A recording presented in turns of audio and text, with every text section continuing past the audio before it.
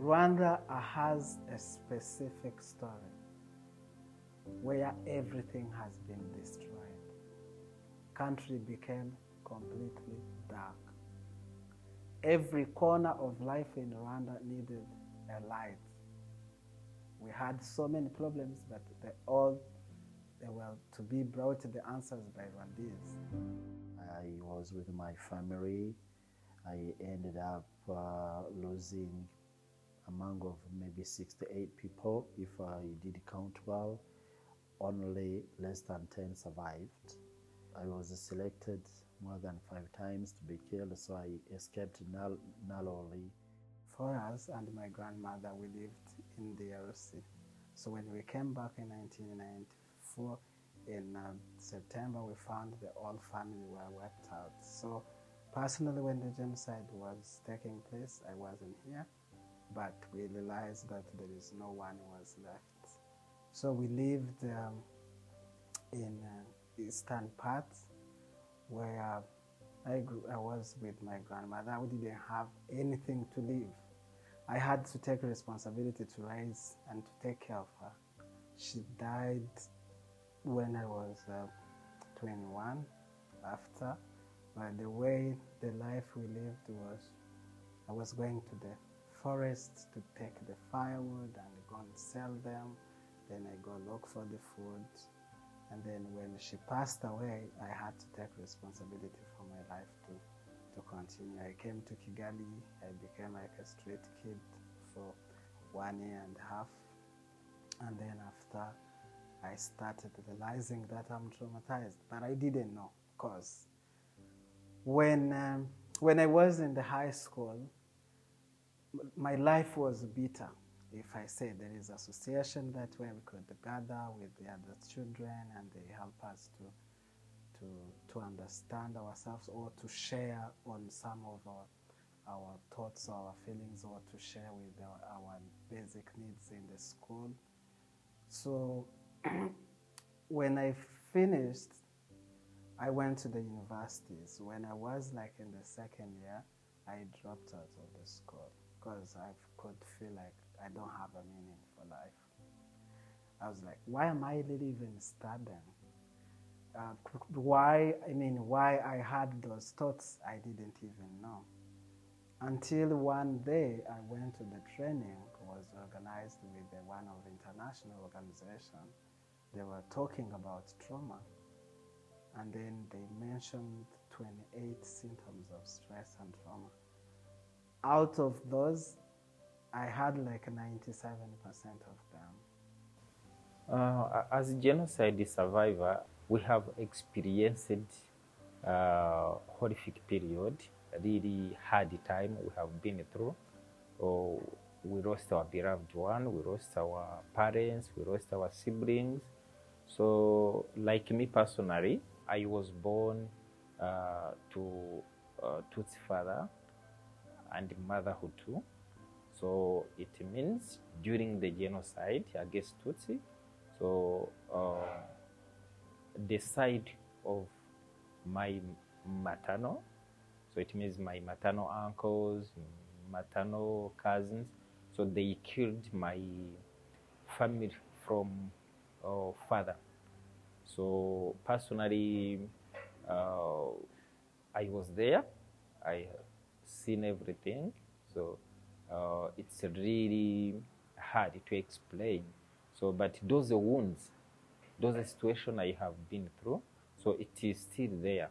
Because can you imagine if you see someone from your mother's side killed or siblings from paternal side, it's really hard to accept it. So those deep wounds are still breathing until today. So it means it's really hard, it's really challenging, it's hard to overcome. The post-traumatic generation trauma is now on the rise. If you see the statistics, if you see how, the change in society in terms of attitudes and behavior. So I think it's a right time now to face them and finding measures and ways to fight against it. When I started writing a book, I wasn't having that traumatic issues. I just had the fear of losing things, the trust issues. But later on, when I wrote a book about transgenerational trauma, I had a lot from my colleagues, from my youth colleagues. So then I just started to feel them more than the other time before. So then that's when I started to have some nightmares or some traumatic events in my head. So with limited services of helping people to have an access is one of the things that has motivated me when I learn and I realize that I can do something for myself and also for others. I mean, this is my 7th year or my 8th year going to the villages, going to the community, even in the prisons, helping the people who have the, you know, the trauma and the PTSD that they are struggling this time.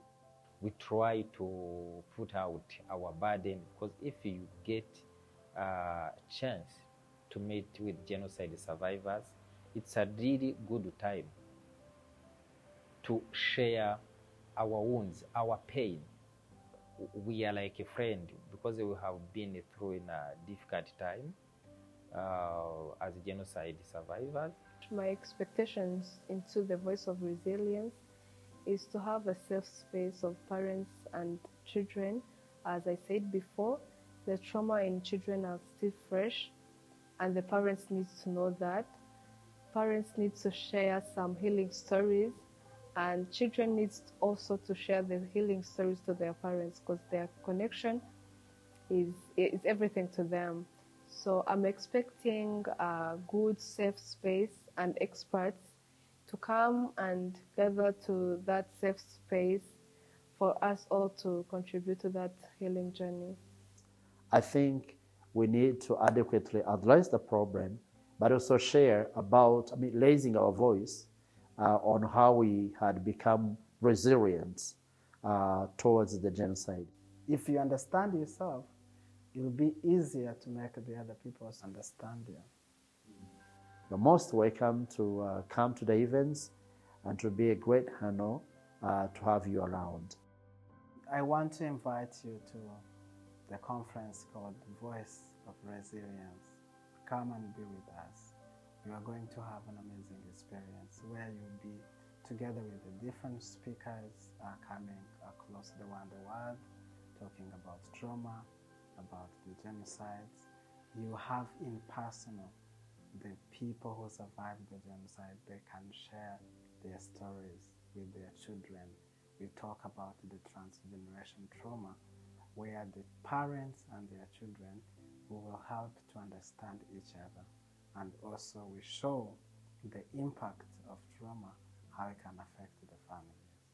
We want you to come. We want you to support and to be with us. Tuwe kumwe.